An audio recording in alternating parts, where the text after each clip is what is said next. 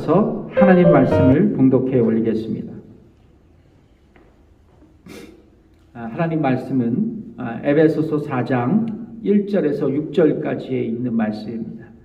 에베소서 4장 1절에서 6절까지에 있는 말씀, 제가 한 절, 여러분이 한 절 교독하시겠습니다. 제가 읽겠습니다. 그러므로 주 안에서 갇힌 내가 너희를 권하노니 너희가 부르심을 입은 부름에 합당하게 행하여 모든 겸손과 온유로 하고 오래 참음으로 사랑 가운데서 서로 용납하고 평안에 매는 줄로 성령의 하나 되게 하신 것을 힘써 지키라.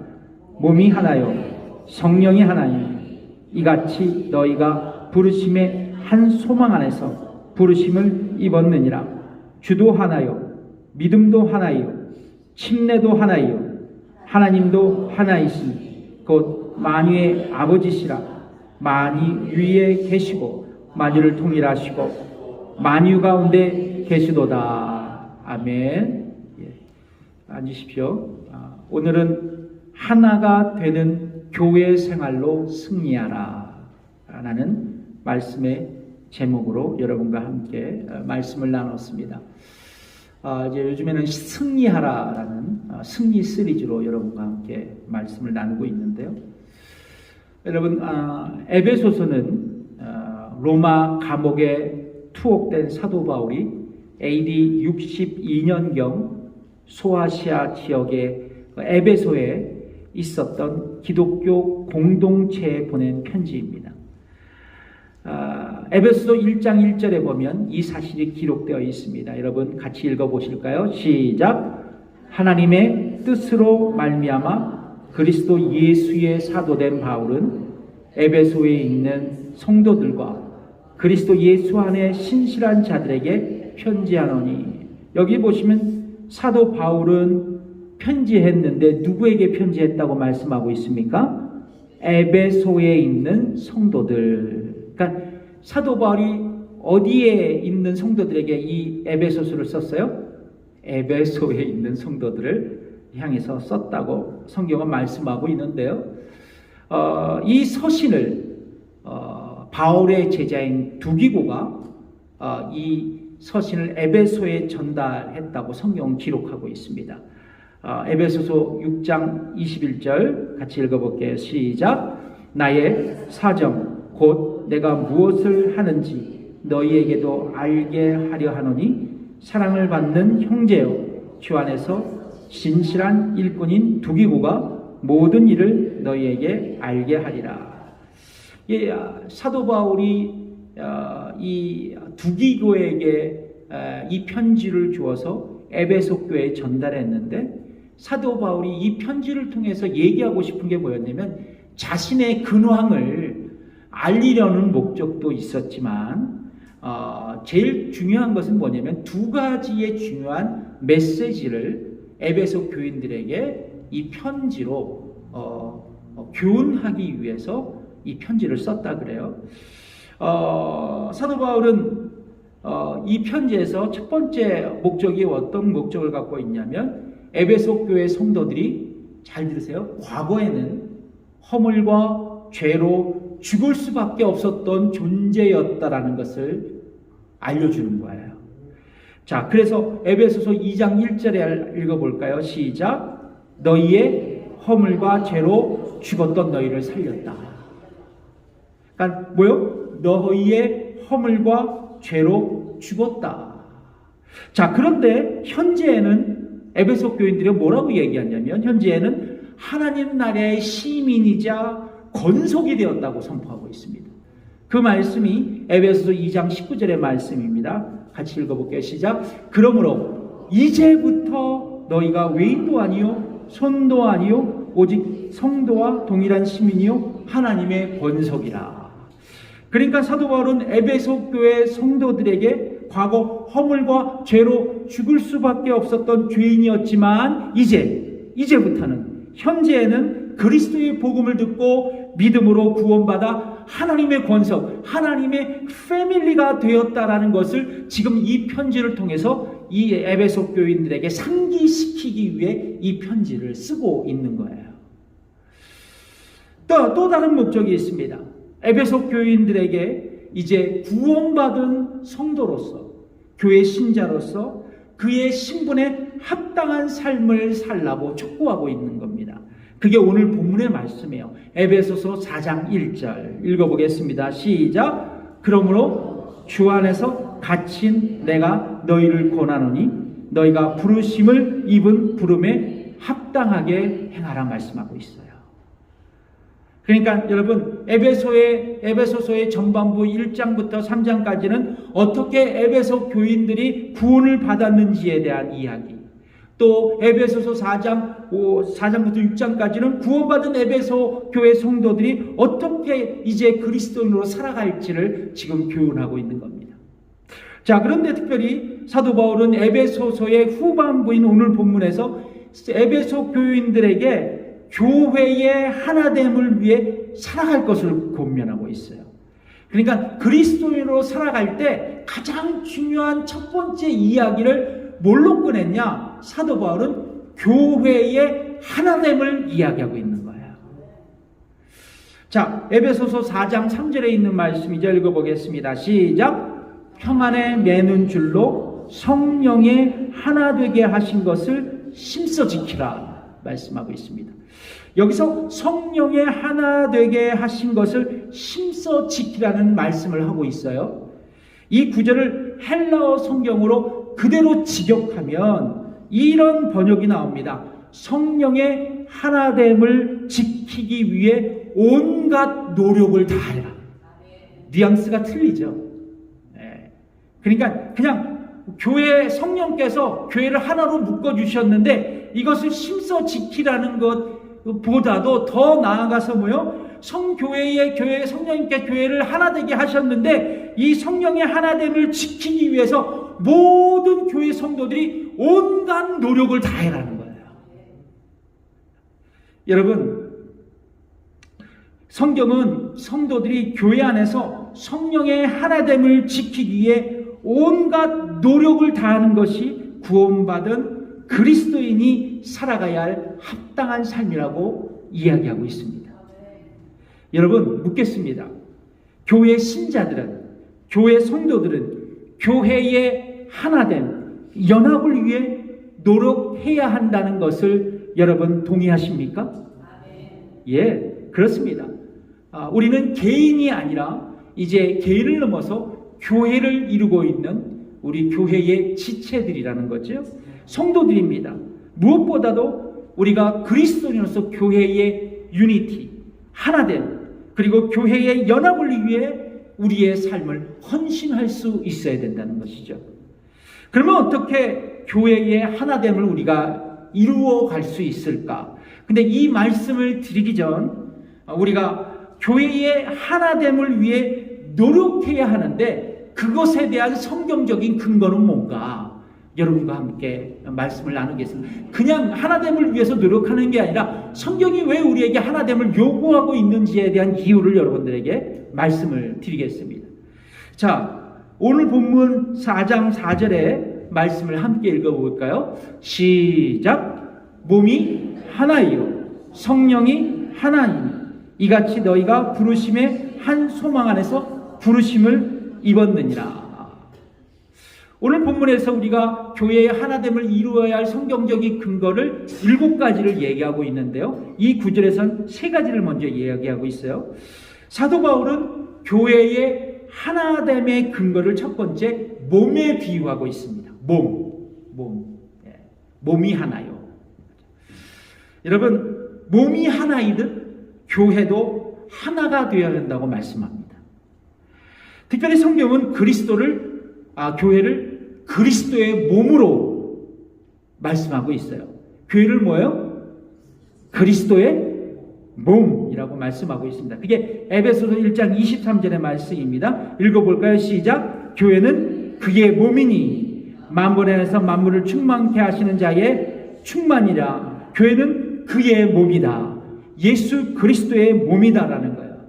그러니까 교회가 그리스도의 몸이라는 것은 뭐냐면 교회는 예수 그리스도와 연결된 생명의 공동체라는 거예요. 여러분 믿으십니까? 그러니까 교회와 예수님은 떨어질 관계가 아니라는 거예요. 한 몸으로 붙어있는 생명의 공동체입니다. 뿐만 아니라 이 그리스도의 몸된 교회에서 지체된 자들이 누구예요? 바로 저와 여러분입니다. 그래서 여러분, 그리스도의 몸된 교회에 붙어있는 우리는 누구로부터 생명을 공급받아야 돼요? 몸 대신, 교회의 몸 대신 그리스도로부터 뭐요? 생명의 영향력을 받아야 된다. 그래서 여러분, 교회는 그리스도와 연합하여 영적인 생명을 공급받아야 돼요. 그러니까 교회가 예수님과 연결되어 있지 않으면 교회의 생명을 잃어버리는 거예요.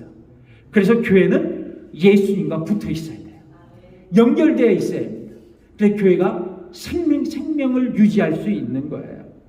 그런데 더 나아가서 그리스도의 몸된 교회의 지체로서 우리도 서로 뭐요? 연결되어 있어야 된다는 거예요.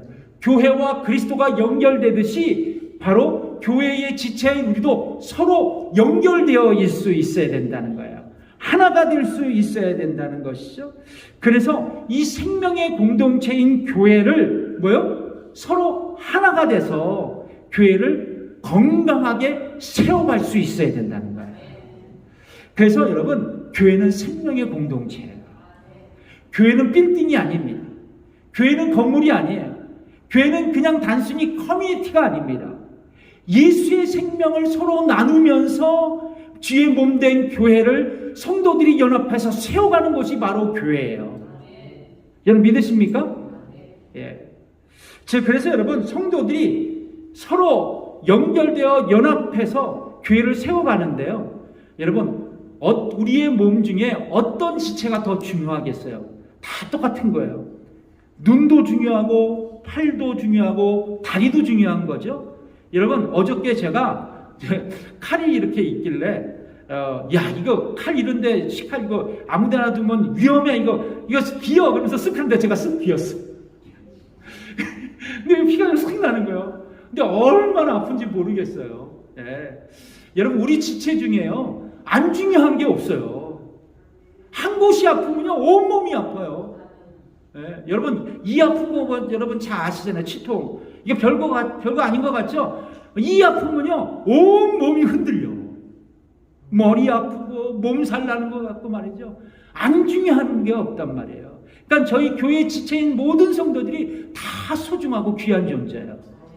옆분을 째려보시면서 다 이렇게 인사하세요. 당신은 존귀하신 분이십니다. 째려보라니까 진짜 째려보는 분도 있어요. 째려보죠. 사랑 그득한 눈초리로 이렇게 보십시오. 예.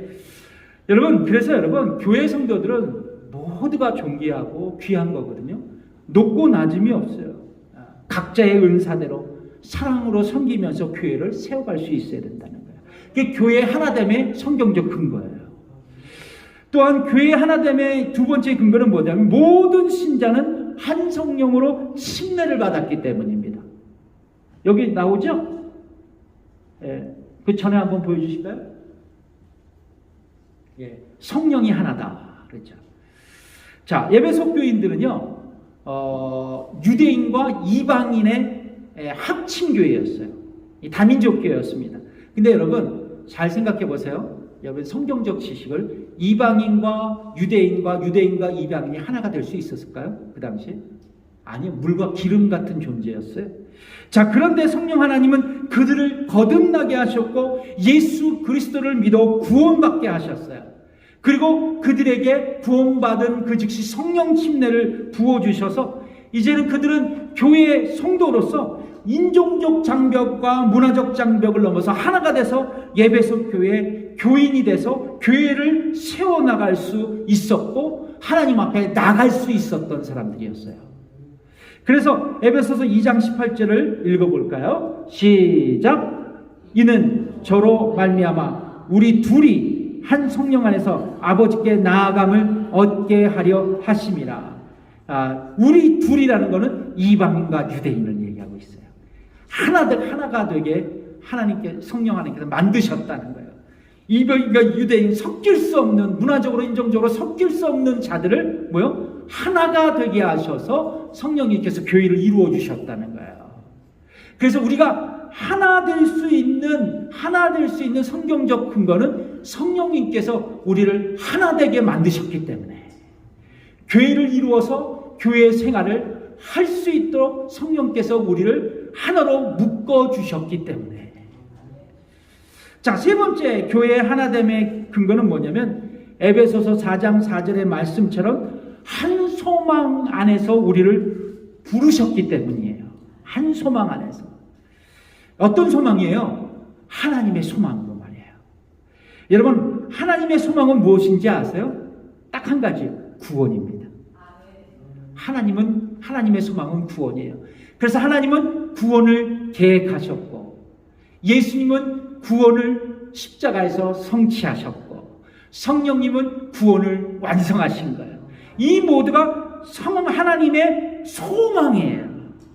구원이 바로 하나님의 소망이라는 거죠. 근데 하나님은 한 소망으로 죄인을 부르시고 우리를 구원하시고 또 하나님 백성으로 삼으셔서 교회라는 공동체를 이루어 주셨어요.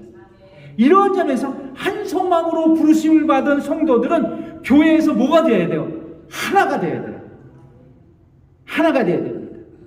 뿐만 아니라 하나님의 소망인 구원의 소식을 이웃에게 전달할 수 있도록 우리가 하나가 될 수 있어야 된다는 거예요. 네 번째 하나됨입니다. 이거는 4장 5절과 6절을 읽어보겠는데요.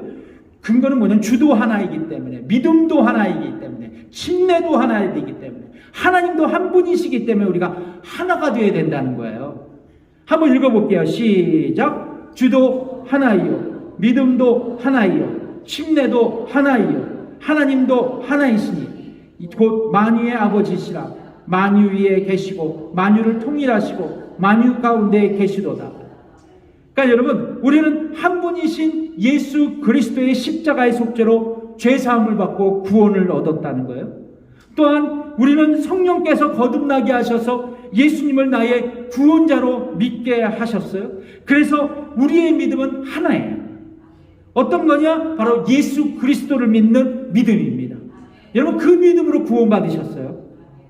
우리의 믿음은 하나라는 거예요. 더 나아가 우리는 예수님이 그리스도이라는 사실을 고백하면서는 뭐를 받아요? 침례를 받았다는 거예요.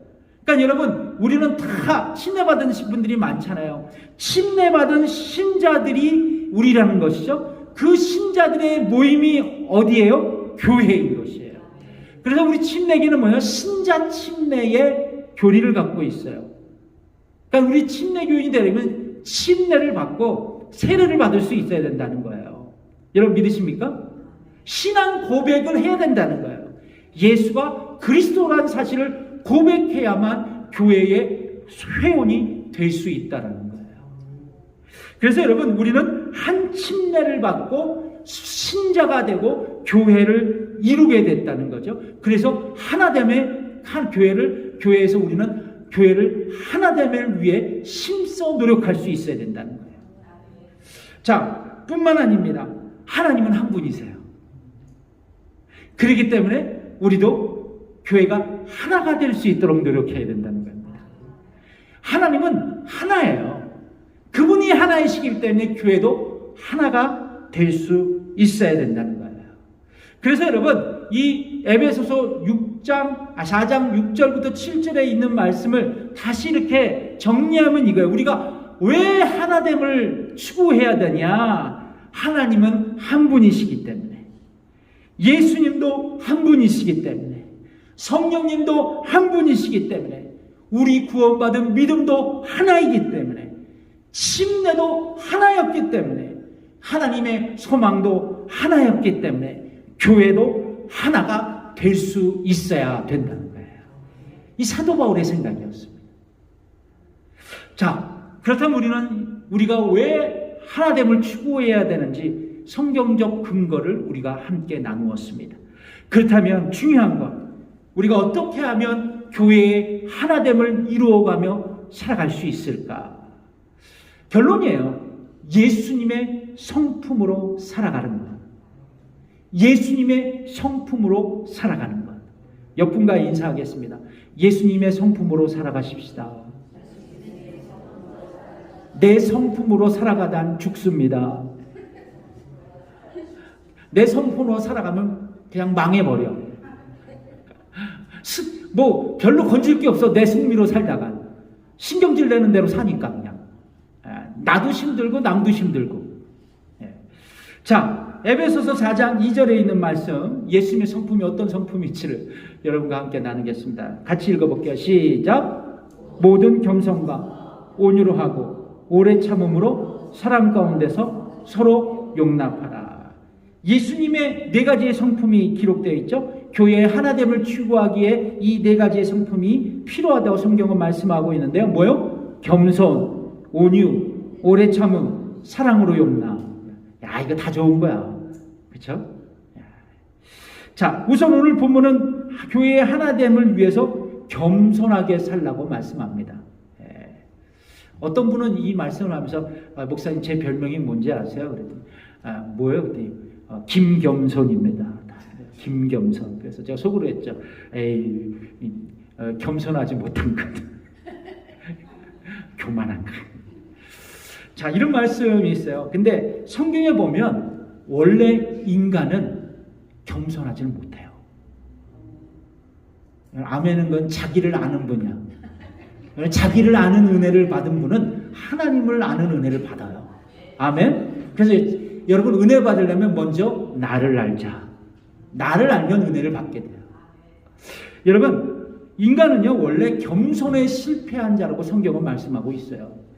여러분 창세기에 보시면 아담과 하와에게 사단이 찾아와서 유혹하죠. 뭐라고 유혹해요? 동상 중앙의 나무의 실과를 먹는 날에는 너희의 눈이 밝아져서 하나님같이 될 거라고 말이죠. 근데 사단이 에덴 동산에서 살아가는 인간에게 찾아와서 속삭였던 최초의 메시지가 너희는 하나님과 같이 될 수 있다라는 거예요. 근데 이 유혹에 빠지죠. 넘어가 버리죠.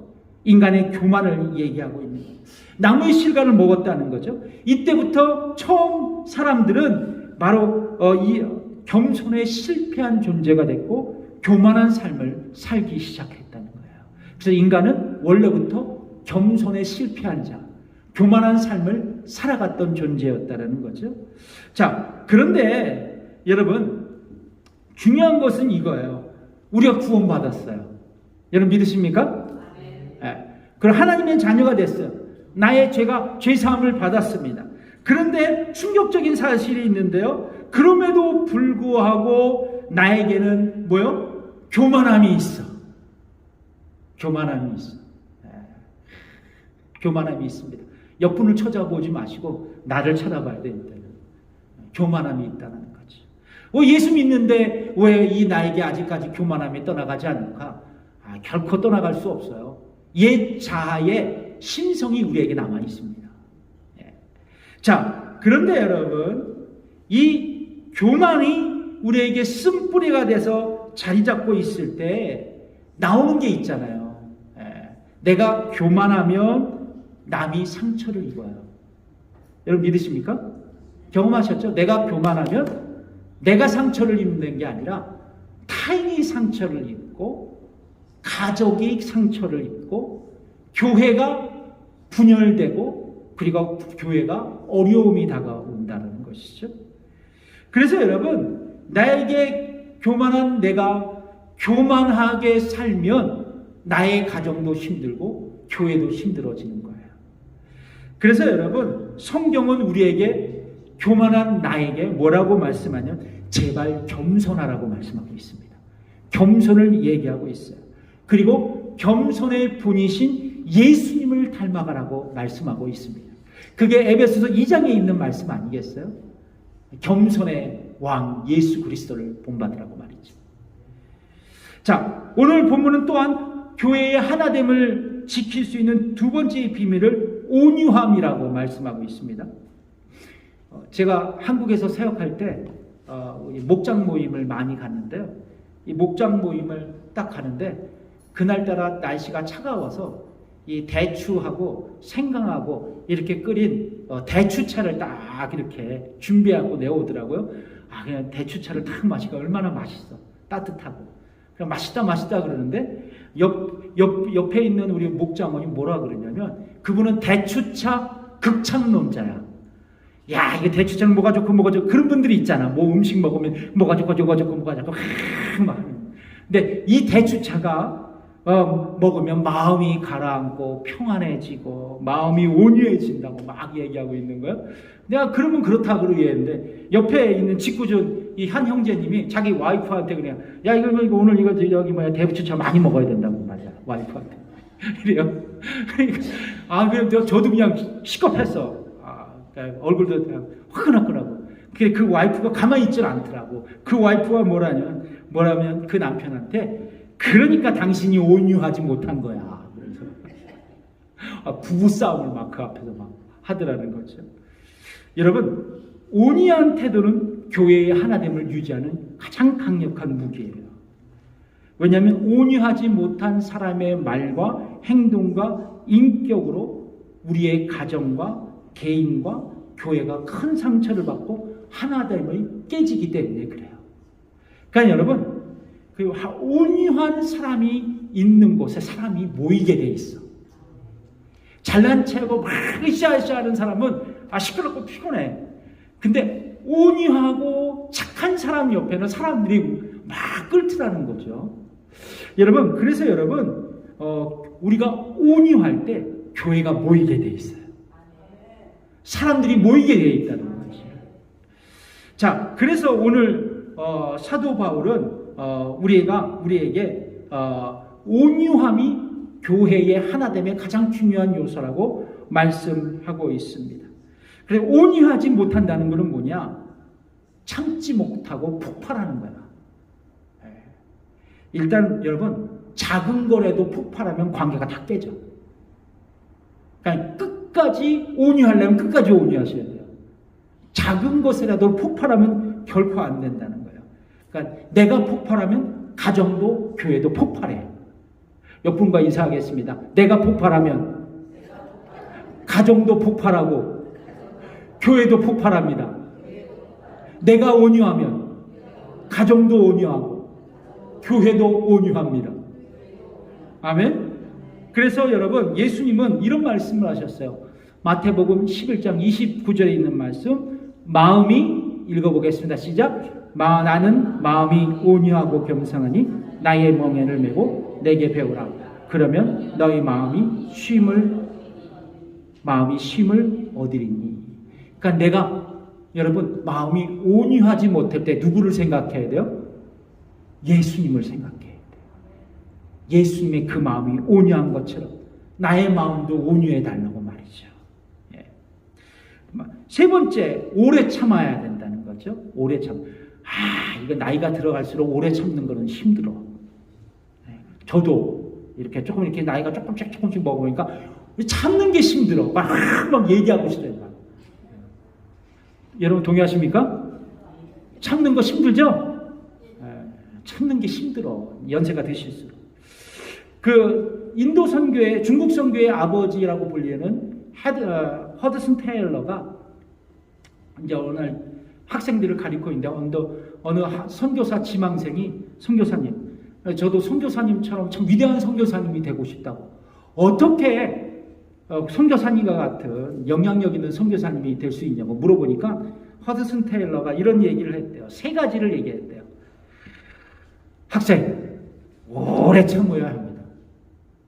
두 번째, 그것도 오래 참아야 됩니다. 세 번째, 진짜 중요한 건 좋은 선교사가 되기 위해서는 오래 참아야 됩니다. 예, 여러분, 오래 참는 거라고 이 허드슨 테일러가 학생 선교사에게 얘기했다 그래요. 마찬가지인 것 같아요. 그리스도인으로서 하나 되는 교회를 세우기 위해 성숙한 그리스도인들은 오래 참을 수 있대요. 오래 참을 수 있대요. 근데 오래 참는 게 힘들다? 쉽다? 힘들어. 아주 힘들어. 너무 힘들어. 저는 이게 제일 힘든 것 같아요. 오래 참는 게. 그래서 여러분, 오래 참는 거냐 뭐냐 이걸 알아야 되잖아요.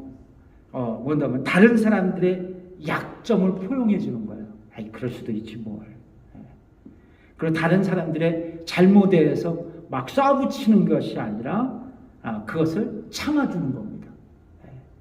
그래서 여러분 이것도 예수님의 대표적인 성품이라는 거죠. 오래 참으시는 것 말이에요. 십자가의 고통을 어떻게 하셨어요? 오래 참으셨어요. 오래 참으셨습니다. 여러분, 여러분의 삶 가운데 분이 나세요? 오래 참지 못하십니까? 그렇다면 예수님을 생각하세요. 십자가에 달려서 우리의 죄를 속죄하시기 위해서 그 모든 고통을 오래 참으신 예수님을 생각하십시오. 마지막으로 여러분 하나가 되는 교회를 위해서 네 번째 사랑으로 용납하는 겁니다. 이것을 다른 말로 표현하자면 서로 받아주라는 거예요. 서로 받아주라는 거예요. 옆분을 보시면서 서로 받아줍시다. 근데 여러분 이거는 받아주는 거는 또 이게 한계가 있어. 그러면 저 사람 얼굴도 보기 싫어 막 이런 거 있잖아요. 근데 성경은 그럼에도 불구하고 그분조차도 받으라 말씀합니다. 여러분 교회에 보면 여러 다양한 성도님들이 계세요. 저는 목회를 보면 알잖아요. 그래서 뭐 기질도 연구하고 성격도 연구하고 그래요 목사님들은. 근데 어느 날 이렇게 보면 서로 이게 성향이 틀린 거야. 좀 차분한 권사님들, 또 내성적인 권사님들이 이렇게 있으면 또 나서기 좋아하고 외형적인 성격을 갖고 있는 권사님들이 있잖아요. 근데 이 내성적인 권사님들은 그분들을 보면 뭐라 그러냐면 아이 저 사람 왜 이렇게 날쳐 막 왜 이렇게 어디다 나대 막 저 사람 왜 그래 저렇게 함부로 해 이렇게 비판할 수도 있다는 거예요. 또 이 좀 외형적인 성격을 갖고 있는 권사님들은요, 이 소심한 내성적인 성격을 갖고 있는 권사님들을 보면 뭐라 그러냐면 저 권사님 사회성도 부족하고 말이야, 얘기도 나누지도 못하고 말이야, 혼자 있기 좋아하고 말이야, 혼자 있는데 뒷담화는 또 잘해 마음에서 이렇게 서로 이렇게 막 안 맞아서 막 다른 건데 나쁜 게 아니라 다른 건데 이렇게 오해가 돼서 서로 갈등하고 교회가 하나가 되지 못하는 경우가 많이 있어요. 자, 그런데 여러분 서로의 다름을 인정하고 그리고 서로가 그의 마음을 서로 받아주고 용납할 때 교회가 하나가 될 수 있는 거예요. 사람은 다 똑같지가 않아요. 저도 틀리고 여러분도 틀리고 여러분 다 틀려. 그래서 여러분 교회가 하나가 되기 위해서는 다르지만 받아줘야 돼. 그게 교회의 숙명입니다. 여러분 믿으십니까? 그래 교회가 하나 되기 위해서는 다르지만 서로 받아주자. 이게 가장 중요한 거예요. 그래서 성경은 우리에게 이렇게 말씀합니다. 로마서 15장 7절에 있는 말씀 읽어보겠습니다. 시작. 이러므로 그리스도께서 우리를 받아 하나님께 영광을 돌리신과 같이 너희도 서로 받으라. 서로 그대로 받으라. 포용하라. 있는 모습 그대로를 수용해라. 다름을 인정하고 그를 내 마음속에 품어주라. 성경은 말씀하고 있습니다. 자, 그래서 여러분 우리가 구원받은 이후 그리스도인이 됐어요. 이제 우리에게 남은 것은 중요한 것이 뭐냐면 성령의 하나됨을 위해 이제 교회의 하나됨을 위해 겸손할 수 있어야 돼요. 온유할 수 있어야 돼요. 오래 참을 수 있어야 됩니다. 서로 용납할 수 있어야 된다는 거예요. 이제 다 알아요, 이제 우리가. 근데 제일 중요한 게 있어요. 여러분, 이 예수님의 성품을 실천하기 위해서는 우리의 능력으로는 결코 할 수 없습니다. 성령님의 도우심이 필요해요. 여러분, 이런 성품으로 살아갈 때 교회가 하나가 된다는 것을 우리는 알아요. 지금 아는 게 아니라 이미 다 알고 있어. 근데 왜 안 될까? 이게 우리에게 영적인 숙제라는 거죠. 결국 인간은 할 수 없다는 거예요. 인간의 결단은 뭐냐면 작심삼일. 작심삼일뿐만 아니라 한 일주일 되면 잊어버려. 그래서 인간은 망각의 동물이라는 거죠. 근데 중요한 것은 뭐냐? 날마다 성령님을 의지하며 성령의 열매를 나에게 맺게 해달라고 성령님을 의지할 수밖에 없어요. 그래서 갈라디아서 5장 17절에 있는 말씀이죠. 읽어보겠습니다. 5장 22절에서 23절에 있는 말씀 시작. 오직 성령의 열매는 사랑과 희락과 화평과 오래 참음과 자비와 양선과 충성과 온유와 절제니 이 같은 것을 금할 법이 없느니라. 그러니까 날마다 성령의 인도하심을 받고 성령의 능력을 의지하고 성령 충만하며 살아갈 때 이 성령의 9가지의 열매를 맺고 교회의 하나됨을 위하여 살아갈 수 있는 거예요. 그래서 여러분, 오늘 결론, 하나 되는 교회로 승리하기를 원하세요? 성령 충만합시다. 기도하겠습니다.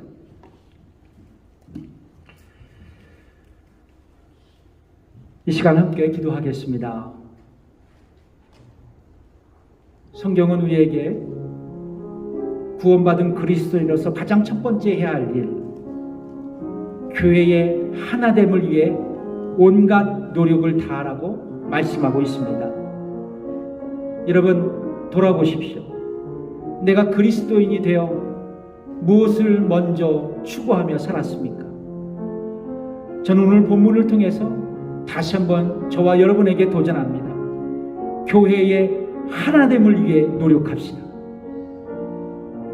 하나가 될 때 어떤 세상의 고통과 어떤 세상의 어려움도 극복할 수 있습니다. 여러분, 기도하실 때 주님, 내가 교회의 하나됨을 위해 썩어져가는 미랄이 되길 원합니다. 내가 먼저 온유하고, 내가 먼저 겸손하고, 내가 먼저 오래 참고, 내가 먼저 사랑으로 서로 용납하는 성도가 되어 우리 교회를 세우며 우리 교회가 하나 되는 은혜의 현장에 설 수 있도록 인도해 달라고 함께 기도하겠습니다. 하나님 아버지, 감사합니다. 오늘도 우리 교회 성도들과 함께 아버지는 기도하며 나아갑니다. 아버지 하나님, 우리 교회가 성령의 하나됨으로 하나가 되신 것 감사합니다. 하나됨을 지키고 하나됨을 강화하기 위해 내가 먼저 겸손하겠습니다. 내가 온유하겠습니다. 내가 먼저 오래 참겠습니다. 내가 먼저 사랑 안에서 서로 용납하겠습니다. 주님, 우리 교회 성도들이 오늘 말씀 기억하면서 아버지 예수님의 성품을 닮아가는 우리 성도들이 되게 하시고 날마다의 성령 충만을 통해 이 영적인 과업을 수행하는 하나님의 사람들, 교회가 되게 해 주옵소서. 감사드려 예수님의 이름으로 기도드립니다. 다 함께 일어나셔서 우리는 주의 백성이오니 찬양하겠습니다.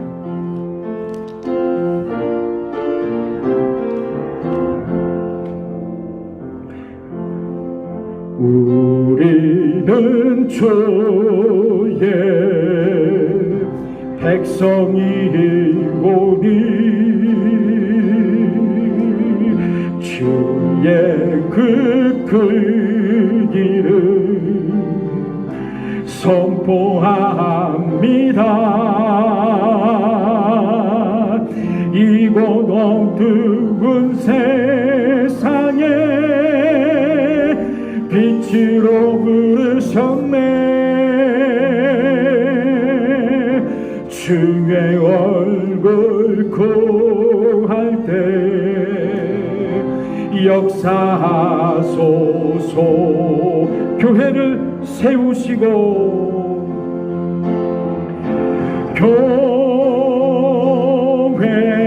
교회를 세우시고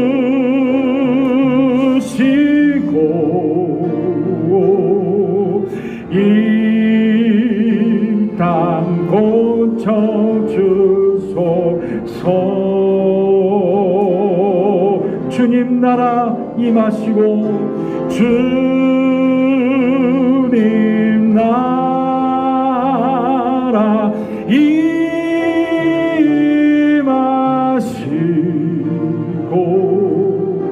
주 뜻 이루어지이다. 지금은 우리 주 예수 그리스도의 은혜와 하나님의 무한하신 그 사랑과 성령의 감화 교통 역사하심이 오늘 예배드리고 돌아가는 성도들과 저들의 가정과 일터와 우리 교회 위에 지금부터 영원까지 함께 하시기를 간절히 축원하옵나이다.